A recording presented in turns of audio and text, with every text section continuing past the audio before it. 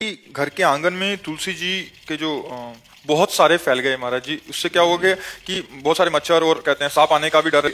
हानि नहीं पहुंचाना रहता है कि बच्चे भी बहुत खेलते हैं, तो महाराज जी उसको हम क्या करें, हम उनको भी। महाराज जी मेरा प्रश्न है कि हर कोई मुक्त होना चाहता है, पर मुझे अभी कहाँ होना चाहता है बच्चा? नहीं नहीं नहीं, कहाँ मुक्त होना चाहता है? हर कोई भोग भोगना चाहता है, हर कोई अरबपति बनना चाहता है, हर कोई अपना यश मान चाह। मुक्त कहाँ होना चाहता है? असंख्यों पुरुषों में अगर पूछो कि मुक्त, तो अंगुली में गिन पाओगे जो मुक्त होना चाहते हैं। असंख्यों पुरुषों में मुक्त होना कहाँ चाहिए? यही तो कठिन बात है। इस संसार से कौन मुक्त होना चाहता है? लड़का बच्चा अच्छे लगते हैं, दूल्हा अच्छा लगता है, मकान अच्छा लगता है। यहाँ मुक्त कौन होना चाहता है? जिसको कुछ अच्छा नहीं लगता वो मुक्त होना चाहता है। तो ये आप अच्छे लगने लगे उनके लिए। अब ये बात है कि जिनको संत महात्मा अच्छे लगने लगे उनका मार्ग तो अलग होने लगता है फिर, क्योंकि संत महात्मा अच्छा लगने का मतलब उनकी वाणी अच्छा लगना, उनके उपदेश अच्छे लगने, उस उपदेश पे चलना। तो जहां संत चल रहे हैं वहीं आप चलने लगोगे। फिर वो मोक्ष मार्ग मोक्ष चाहो और प्रेम मार्ग प्रेम चाहो, जो चाहो वो प्राप्त हो जाता है। आप एक बार फिर से वापस आना चाहते हैं धरती पे और बरसाना में जन्म लेना चाहते हैं और खूब सेवा करना चाहते हैं, ये कैसे मुमकिन है? अब ये तो श्री जी के हाथ की बात है। श्री जी बुलावे बरसाने में और श्री जी सेवा करना, तो ये सब लाडली जी के, तो राधा राधा जपो सब संभव हो जाएगा। राधा राधा श्यामा श्यामा खूब नाम जप करो।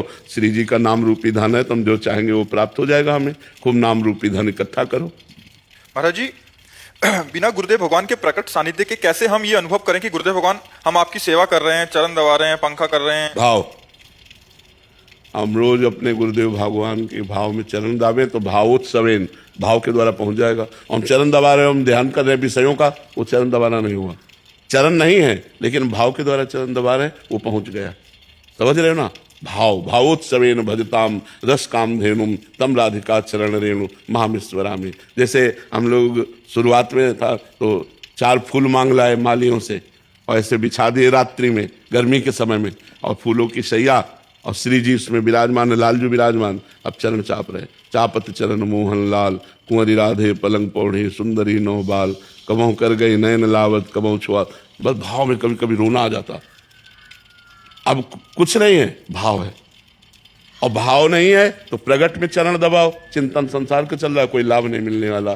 भगवान भाव के भूखे हैं, भाव का भूखा हूं मैं, और भाव ही एक सार है। तो हम चाहे गुरुदेव कहें चाहे भगवान कहें, बात तो एक ही है। तो हम भाव से गुरुदेव की सेवा। अब हम गुरुदेव के वस्त्र धो रहे हैं, अब हम गुरुदेव को भोजन पवा रहे हैं, अब हम गुरुदेव की सेवा, वो गुरुदेव की ही सेवा हो रही है। इसका फल क्या होगा? गुरुदेव की कृपा। गुरुदेव की कृपा का फल है भगवत प्राप्ति। मोक्ष मूलम गुरु कृपा। मोक्ष का मूल क्या है? गुरु कृपा। तो गुरुदेव की कृपा प्राप्त। नाम जब से अंतःकरण पवित्रता आएगी वो इससे भी इसमें हाँ, भाव तभी बनेगा जब अंतःकरण पवित्र होगा। चिंतन से सर दुलार भी हो सकता है। हाँ बिल्कुल हो सकता है, बिल्कुल हो सकता है। चरणों में अन्यथा और कैसे बढ़नी चाहिए कि इतना आनंद हो जाए? जैसे अनन्यता कैसे बढ़नी चाहिए? जितना गुरु मंत्र जपोगे उतने गुरु से प्रेम होगा। जितना गुरु प्रदत्त नाम और मंत्र जपोगे उतने गुरु से प्रेम होगा। और नाम मंत्र नहीं जपोगे तो गुरु में दोष दर्शन हो जाएगा, गुरु में मनुष्य बुद्धि हो जाएगी। और नाम जब करोगे तो गुरु की कृपा तुम्हें उठाती चली जाएगी। तुम्हारा भाव, तुम्हें रोना आने लगेगा गुरुदेव की याद करके कि मैं गुरुदेव के बिना नहीं जी सकता। जो ऐसे शिष्य हैं धन्य है उनका जीवन, जो गुरुदेव के लिए तड़पते हैं, गुरुदेव के लिए रोते हैं कि मैं गुरुदेव के, मैं श्री जी को क्या जानूं, मैं लालजू को क्या जानूं। मैं तो अपने गुरुदेव को ही श्री लालजू मानता हूं, प्रियाजू मानता हूं। वो मुझे कभी मेरे आंखों से ओझल ना हो, मैं हर समय उनके चिंतन में डूबा रहूं, कभी कोई ऐसी गलती ना हो जाए जो गुरुदेव को दुख पहुंचे। ये भावना है, ये चिंतन, तो हमारा गुरुदेव से प्रेम हो जाएगा। महाराज जी आपके प्रवचनों को सुनकर देश व विदेश के लाखों लोगों ने मांस मदिरा व गलत आचरणों को छोड़ दिया। आपकी प्रेरणा से लाखों लोग नाम जप भी शुरू करते हैं। महाराज जी आपकी कृपा सारे संसार पर हमेशा बनी रहे। महाराज जी मेरा प्रश्न है कि इंसान की नियति तय होती है या भगवान पर आस्था, समर्पण व नाम जप से नियति को इंसान बदल सकता है? बदल सकता है, बदल सकता है, बदल सकता है। अगर बदला ना जाता तो हमारा मोक्ष होता ही नहीं, हमारा कल्याण। नियति में नहीं लिखा मोक्ष होना, नियति में नहीं लिखा भगवान की प्राप्ति। ये भजन के बल से होता है। नवीन कर्म भजन, हमारे प्रारब्ध के जो अंक लिखे हुए हैं उनको बदल दिया, आवागमन को रोक दिया, हम मोक्ष को प्राप्त हो गए। पर इतना डट के भजन हो तब। जैसे 500 ग्राम पाप है और आपका 50 ग्राम भजन है तो क्या समझ में आएगा? जब 550 ग्राम भजन बढ़े तब समझ में आएगा कि हाँ रंग ला रहा है भजन। तो हमारे पाप तो पहाड़ जैसे हैं और भजन थोड़ा सा राई जैसा हो रहा है, तो कैसे समझ में आएगा? पर इतने से ही कृपा उठा लेती है जीव को, उन्नति की तरफ ले जाती है, अध्यात्म उन्नति की तरफ।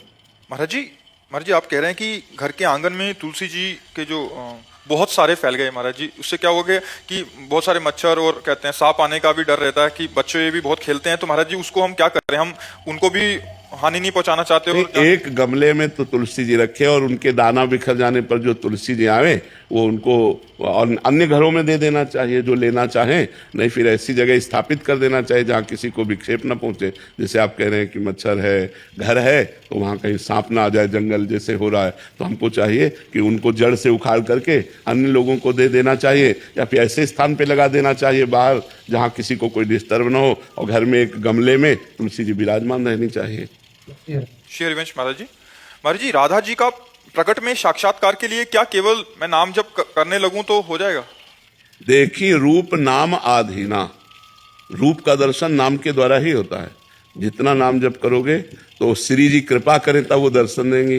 ब्रह्मेश्वरादि सुदरूह पदारविंद, ब्रह्मा शिव और इंद्र इन सबके लिए दुर्लभ है। जो चरणारविंद हैं राधा प्यारी जी के, वो कृपा करके दर्शन दे दें तो है, नहीं तो कोई अपने तपोबल से तो उनके दर्शन नहीं पा सकता। बस रो रो के पाया जा सकता है। बिन रोए किन पाइया प्रेम प्यारा मीत, जब रो रो के राधा राधा राधा हा किशोरी करुणा करो लाडली, तो बड़ी कृपालु है, वो कृपा करके दर्शन दे दे, नहीं तो किसी की सामर्थ्य नहीं है। तेजो रूप निकुंज वे कलयन नेत्रादि पिंड स्थितम, महातेज कांति स्वरूप श्री जी को कौन देख सकता है? जब लाडली जो कृपा करे तो वही दर्शन दे। प्रणाम महाराज जी, आपके सत्संग और एकांतिक में हमने सुना है कि आप बच्चापन से ही बड़े साहसी थे। आपने हर अनुकूल या प्रतिकूल परिस्थिति से लड़ा और उसे रौंद के आगे बढ़ने का प्रयास किया और घुटने नहीं टेके, चाहे कितनी भी कैसी परिस्थिति आए। महाराज जी, हम कैसे हमारा दिमाग ऐसे बनाएं कि हर परिस्थिति से लड़ें और आगे बढ़ें जीवन में? असल बात भगवान ने सब करवाया, हमारी तो ताकत नहीं थी, भगवान ने करवाया, सब भगवान ने करवाया बच्चा। हम मतलब सच्ची कह रहे हैं, हम कोई भाव की बात नहीं कह रहे, हमसे भगवान ने करवाया। जब हमें अनुभव ही नहीं हुआ कि मैंने किया तो कैसे हम कह दें मैंने किया? मेरे भगवान ने सब करवाया। मुझे कदम कदम पर वो आत्मबल देते गए, कदम कदम पर वो संभालते गए, वही सब संभालते, वही कुछ नहीं, केवल भगवान। भगवान वो जो चाहे वो करवा सकते हैं, जिससे चाहे उससे करवा सकते हैं, तो उन्होंने ये सब करवाया। हमारे बस की बात तो थी नहीं, हम भी मनुष्य हैं, हमारे बस की बात नहीं थी, भगवान ने सहाया। अब जैसे कई कई दिन भोजन नहीं मिला तो कभी घर की याद नहीं आई कि यार चलो घर एक बार तो जैसे भगवान रखे। कभी इतना भोजन मिल गया खूब डट के पा लिया, कभी ऐसे जीवन व्यतीत हुआ है। तो भगवान जैसे रखें वैसे बस रहने में। हमें तो कोई भी अनुकूल या प्रतिकूल परिस्थितियां, मन का कोई भी क्लेश होता है आपके समक्ष हम बता देते हैं, और आपने सारी व्यवस्थाएं खान पान की सबकी। महाराज जी, आपके जीवन में तो बचपन से लेके कोई सानिध्य ही सुनने नहीं था। वाला ही नहीं था, किससे कहें? तो महाराज जी, उस स्थिति में आप कैसे महाराज जी अपने आप को कैसे संभालते थे? भगवान, यही तो कह रहे उस समय भगवान अंदर से संभालते तब भी महाराज जी दृढ़ आशय था। बिल्कुल भगवान संभालते थे। जब हमें कभी शारीरिक पीड़ा पहुंचती तो गंगा किनारे थे, तो स्मशान में जब कुत्ते लाश नोच रहे होते उस समय दिखाते थे कि देख ये होता है शरीर की दुर्दशा, तो तू जीवित है, अभी नाम जप कर ले, भगवान का चिंतन, मरने के बाद तेरे शरीर की यही दशा होगी।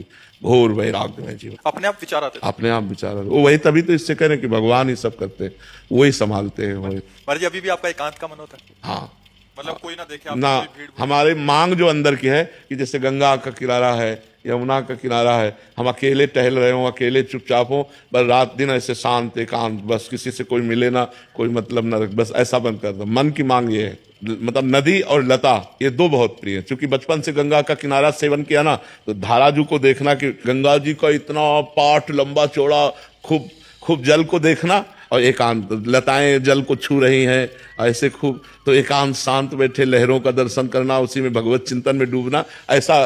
पर वो गंगा जी से बहुत प्रेम है, तो गंगा शब्द सुनते ही हमारे रोम रोम, अच्छा आप गंगा जी के किनारे से आए हो, आप गंगा जी नहाते हो, आप गंगा जी के दर्शन के, इतना प्यार गंगा जी से। जी, जैसे कि आपने पहले भी बताया कि मन पे 3 गुणों का प्रभाव होता है, सतोगुण, तमोगुण और रजोगुण। महाराज जी, कच्चा साधक इन तीनों गुणों में भेद कैसे कर पाए कि उस पर कौन सा गुण?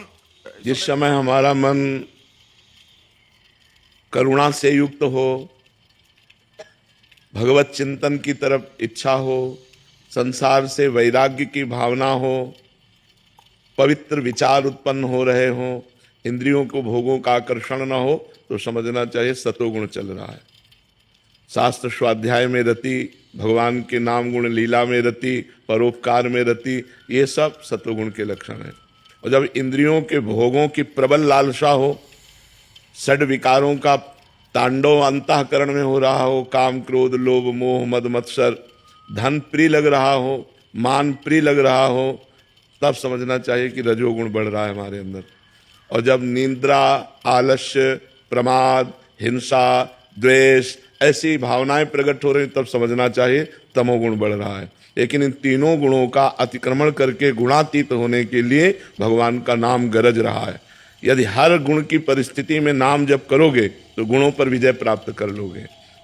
जैसे तमोगुण बढ़ रहा है तो फिर कीर्तन करना चाहिए, क्योंकि तमोगुण की स्थिति में चिंतन नहीं हो सकता, मानसिक जप नहीं हो सकता। जब रजोगुण बढ़ रहा हो तो सत्संग सुनना चाहिए। बड़े बड़े महापुरुषों के वचनों का जब हम श्रवण करते हैं तो रजोगुण का नाश होता है।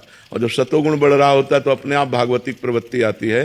तो सतोगुण तभी बढ़ता है जब हमारा भोजन सात्विक होता है, जब हमारा दर्शन सात्विक होता है, जब हमारा संग सात्विक होता है, जब हमारा पेय पदार्थ सात्विक होता है। अब जैसे ये सब रंग बिरंगे में जो पानी आते हैं, हाँ, ये सब रजोगुण तमोगुण बढ़ाने वाले हैं। बाजार का जैसे बना हुआ पदार्थ है वो रजोगुण तमोगुण बना है।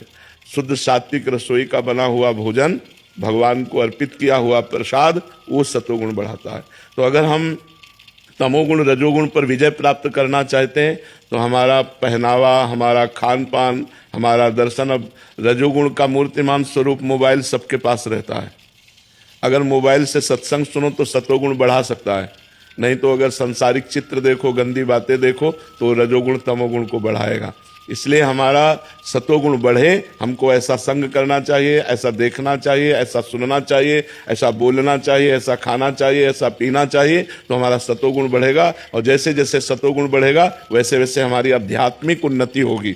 आध्यात्मिक उन्नति के साथ ही आधुनिक उन्नति ठीक है। आधुनिक उन्नति हो रही, आध्यात्मिक नहीं, तो उसका परिणाम पतन ही होगा। आध्यात्मिक के बिना आधुनिक उन्नति टिक नहीं सकती है, क्योंकि हमसे ऐसे अपराध बन जाएंगे जिनके कारण हमारी आधुनिक सुविधाएं भी छिन जाएंगी। इसलिए आध्यात्मिकता, शास्त्र स्वाध्याय, संतों की वाणी का मनन और आचरण में उतारना ये अत्यंत आवश्यक है। तभी ये रजोगुण तमोगुण का क्षय हो जाता है और सतोगुण बढ़ता है।